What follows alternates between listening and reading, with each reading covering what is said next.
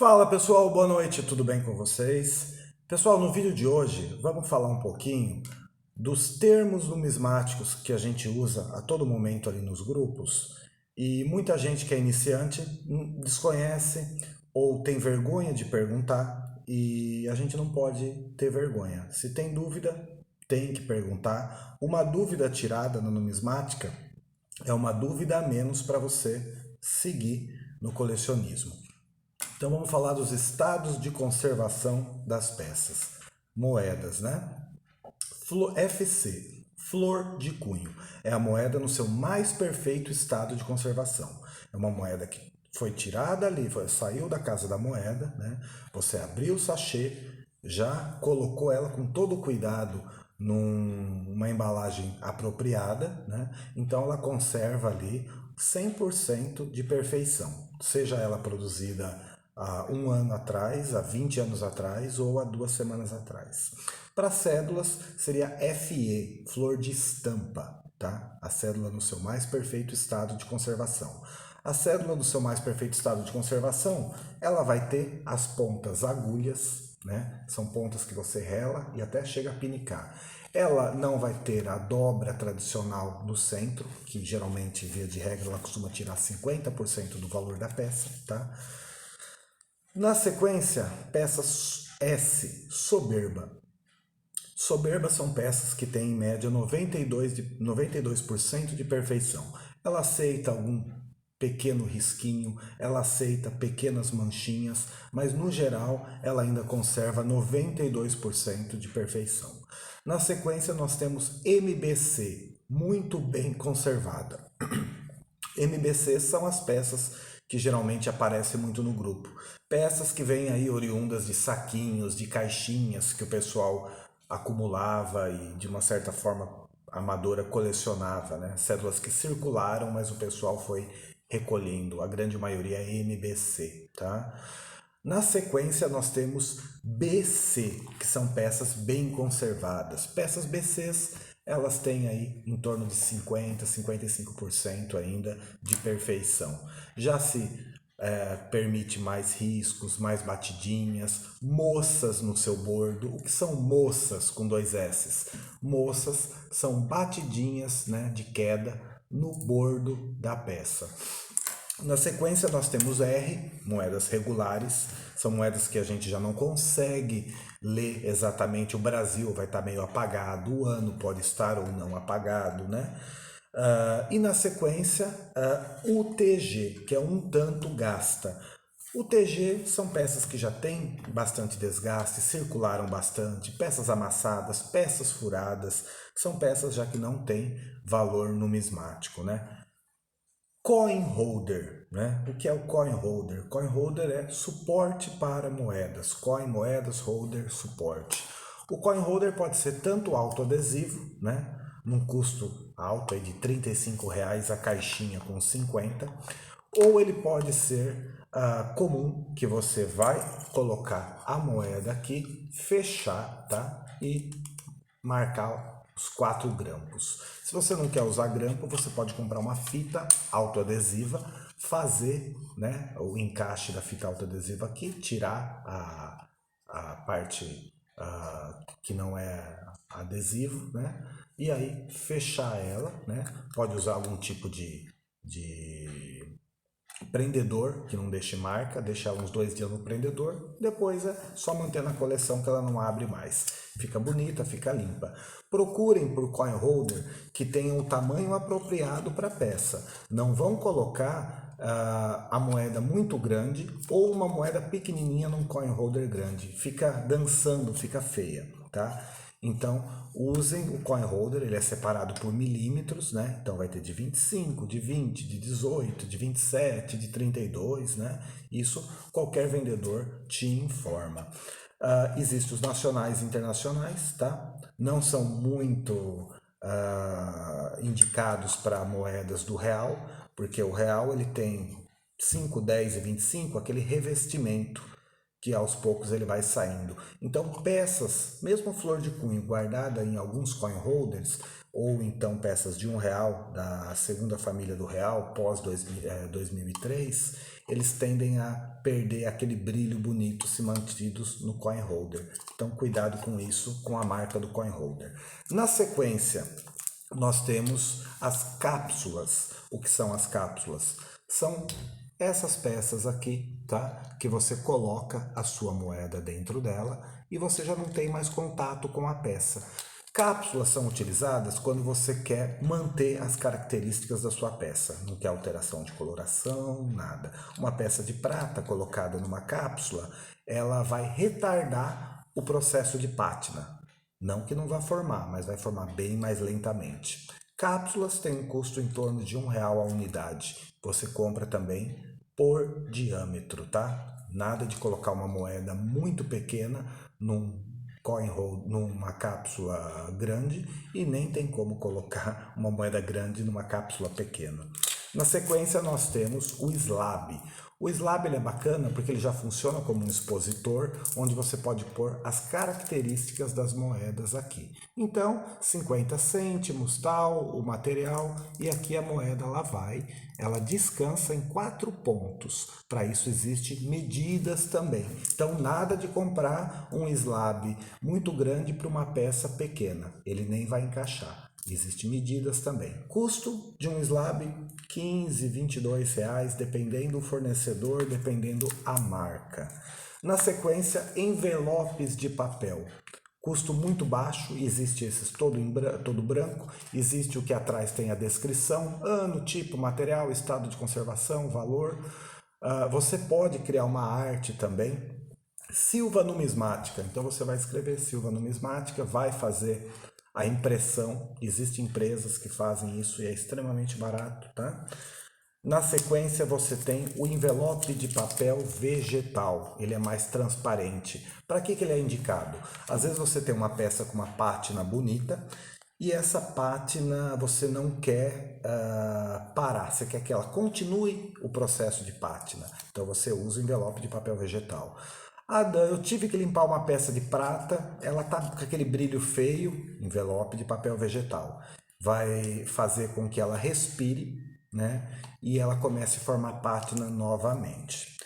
Então, existe também os expositores, que geralmente são em acrílico, para colocar em cima de uma bancada, de uma escrivaninha, né? Tanto para cédula quanto para moedas, né? Esses são os expositores. Então, para vocês terem uma ideia, esses são os tipos de armazenamento, tá bom? Vamos falar então agora de anomalia e variante. Anomalia é uma coisa, variante é outra. Anomalia é todo tipo de defeito que ocorre durante o processo de produção e cunhagem das peças. Então, um cunho descentrado, que é o tal do boné que a gente fala muito, né? O cunho descentrado nada mais é quando a peça, o disco liso, não está bem encaixado na virola ou por algum motivo o cunho matriz, né?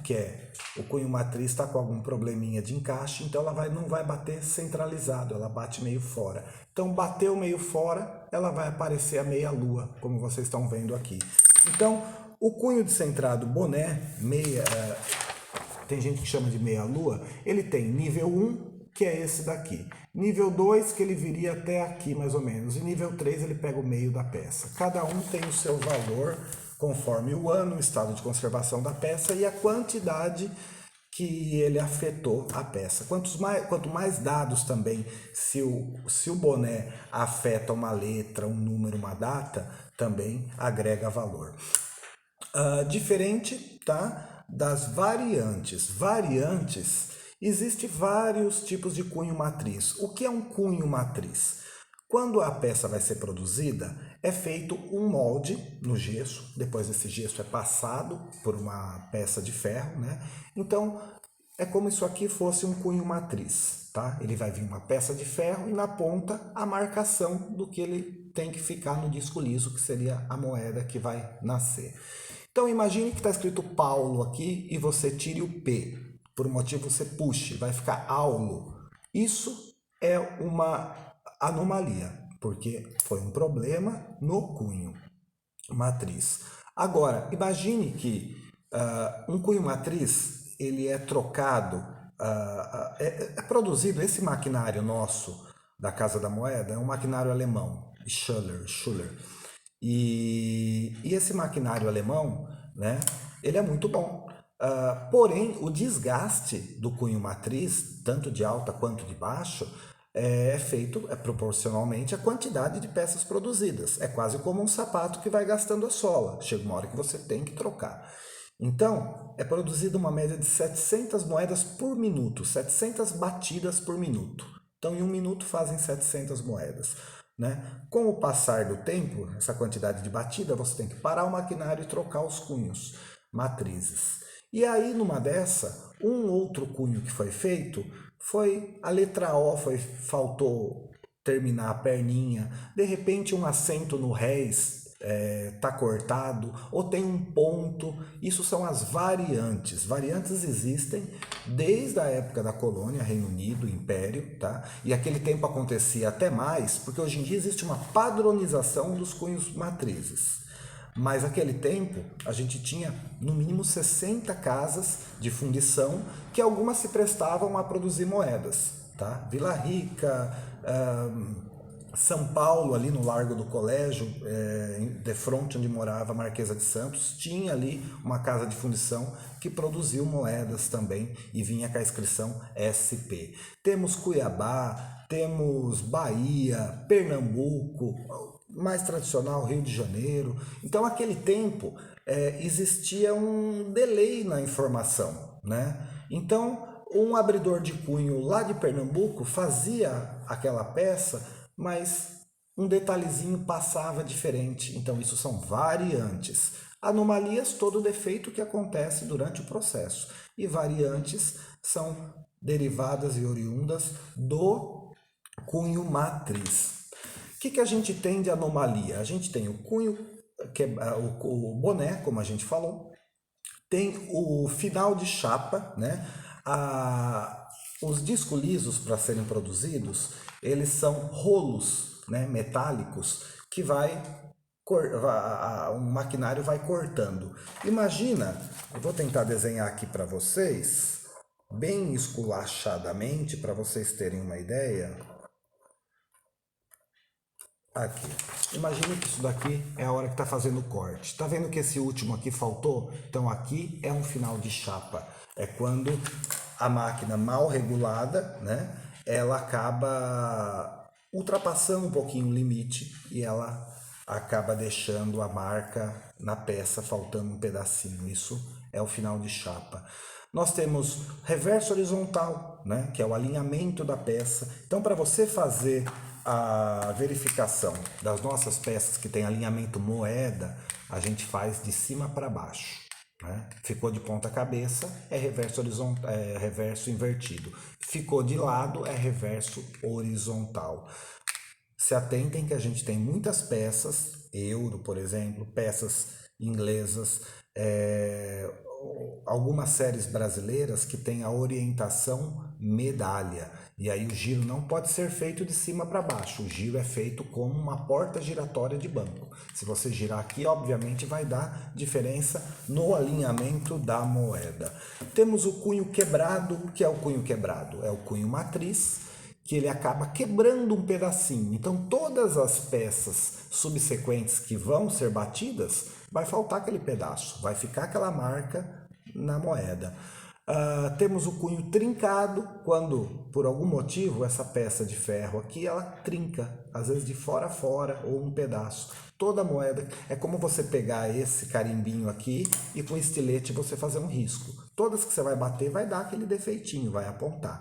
Depois temos o cunho entupido, né? Qualquer sujeira daqui no cunho matriz, geralmente vamos supor a letra O de centavos, às vezes suja a letra O, entra alguma sujeirinha. Então, na hora de fazer a batida, ela fica fechada. O O, em vez de ficar aberto, o O fica fechado. Então, isso é um cunho entupido, tá bom? Moeda graduada, moeda certificada, o que é isso? Nós não temos uma empresa que faça esse serviço oficialmente. Temos grandes colecionadores que podem, né, certificar a veracidade da peça, mas não é como essas certificadoras americanas, inglesas, né, que existem, alemã. A gente tem muito conhecida a PCGR e a NCG. Então você envia a sua peça para eles e eles vão fazer a graduação, a classificação. E eles fazem pela escala Sheldon, diferente da nossa aqui, Flor de Cunho, Soberba, MBC. Eles usam uma escala que vai de 0 a 70. Então, moedas aí com 60 já é considerado Flor de Cunho, tá? E então é muito mais criterioso a escala Sheldon do que a nossa classificação aqui para estados de conservação, tá? E eles vêm sempre MS63, que atingiu uma nota alta.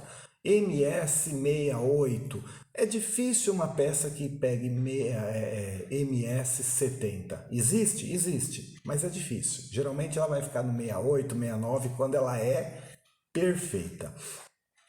Cédula radar, cédula espelho, cédula palíndromo, né? O palíndromo no português o que que é? A palavra ama, ao contrário, você também escreve ama, né? A-M-A, ao contrário é A-M-A.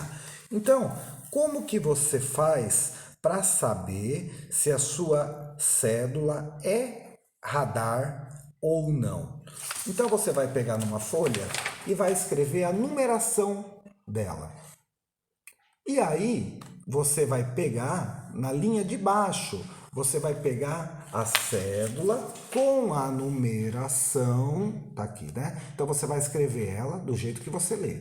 E aí na linha de baixo você vai escrever do final para o começo. Se bater as duas numerações, como essa daqui, por exemplo, olha, 015510. Se você inverter e colocar aqui embaixo, de trás para frente, fica 015510. É uma cédula espelho, é uma cédula radar. Ela vai ter valor, ela não tem um valor catalogado, pessoal. Essa é uma peculiaridade, é uma curiosidade que existe na numeração das séries. Tem pessoas que encontram a data de um aniversário, uma data festiva, e acaba agregando algum valor, porque sempre tem alguém que topa incluir essas peças na coleção. Cuidado só com o estado de conservação, não adianta pegar uma peça surrada só porque ela é radar e achar que ela vai ter grandes valores. Pátina. Pátina, que a gente sempre comenta, é uma formação natural que se deposita sobre as moedas, tá? Então, a pátina ela vai conter sais, ela vai conter resultado de clima, de temperatura, né? Então, a pátina ela agrega valor, ela protege a moeda, ela vamos dar um exemplo aqui, as moedas que a gente tem de 5, 10 e 25 centavos do real, elas têm um núcleo de aço safado e elas têm um revestimento de cobre ou de bronze. Então, com o tempo, a primeira coisa que ela perde é aquele brilho, né? Então, existem moedas flor de cunho que já não tem mais aquele brilho, né? Elas começam um processo de oxidação, né? De formação de pátina, mas elas não deixam de ser flor de cunho. Ela só não é mais a moeda vermelha que a gente fala. 5 centavos, por exemplo, quando a gente vê saindo do sachê, ela é uma moeda avermelhada e depois ela vai indo para um marrom mais escuro, tá? Então, isso é a pátina, não se tira a pátina de moedas. Se você tirar, você tira parte da história. É como eu sempre falo, moedas são diferentes daquela igrejinha do interior que você vai, carpe o mato, troca os bancos, pinta o sino, mete um cal na parede e agrega valor, deixa mais bonito. Moedas é o contrário. A moeda tem que chegar e estar na sua coleção da maneira que ela sobreviveu no tempo.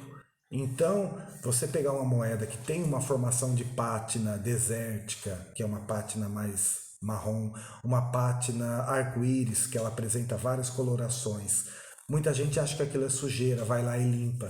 Outros, pior ainda, ao invés de simplesmente passar um pano com água, se realmente quer tirar, vai lá uma loucura, ele vai e passa um bombril, né? É tudo material que risca fácil, prata é um material mole, tanto que quase não existe prata sem, é tudo prata misturada com outros metais para poder dar a liga, para poder dar uma certa durabilidade na peça. Pátina não se tira, tá, gente? Como eu sempre comento, se vocês pegarem uma foto, digita aí Estátua da Liberdade inauguração. Ela era marrom, ela era um marrom escuro. Hoje em dia, você digita Estátua da Liberdade 2022, você vê uma escultura verde. Aquilo é pátina, aquilo é o material que se deposita naturalmente das peças. Então é isso, gente. Espero. Vamos falar de folha? Folhas de cristal, folhas de polipropileno. A folha de cristal ela é mais indicada, ela é uma folha mais dura e ela cabe 1, 2, 3 ou 4 bolsos. O que é bolsos? São os espaços. Então você tem uma folha de cristal para colocar cédulas. Então você tem com um espaço, 2, 3 ou 4. Geralmente o mais indicado é 3 e 4, né? 4 para cédulas um pouco menor, 3 para cédulas um pouco maior. Existem cédulas aí, principalmente cédulas alemãs, austríacas, que elas são enormes, são do tamanho de um catálogo, até maior. Então aí você precisa armazenar também num bolso maior. As folhas de cristal, ela é indicada porque ela não altera a coloração das peças, ela não mancha, pode passar 10 ou 15 anos, ela tem bem menos materiais químicos na hora do processo de fabricação. Diferente daquelas folhas mais fininhas, maleáveis de plástico, que é o polipropileno, que com o tempo, além daquele material, aquela própria folha ir amarelando, ela pode, com o tempo, danificar as células.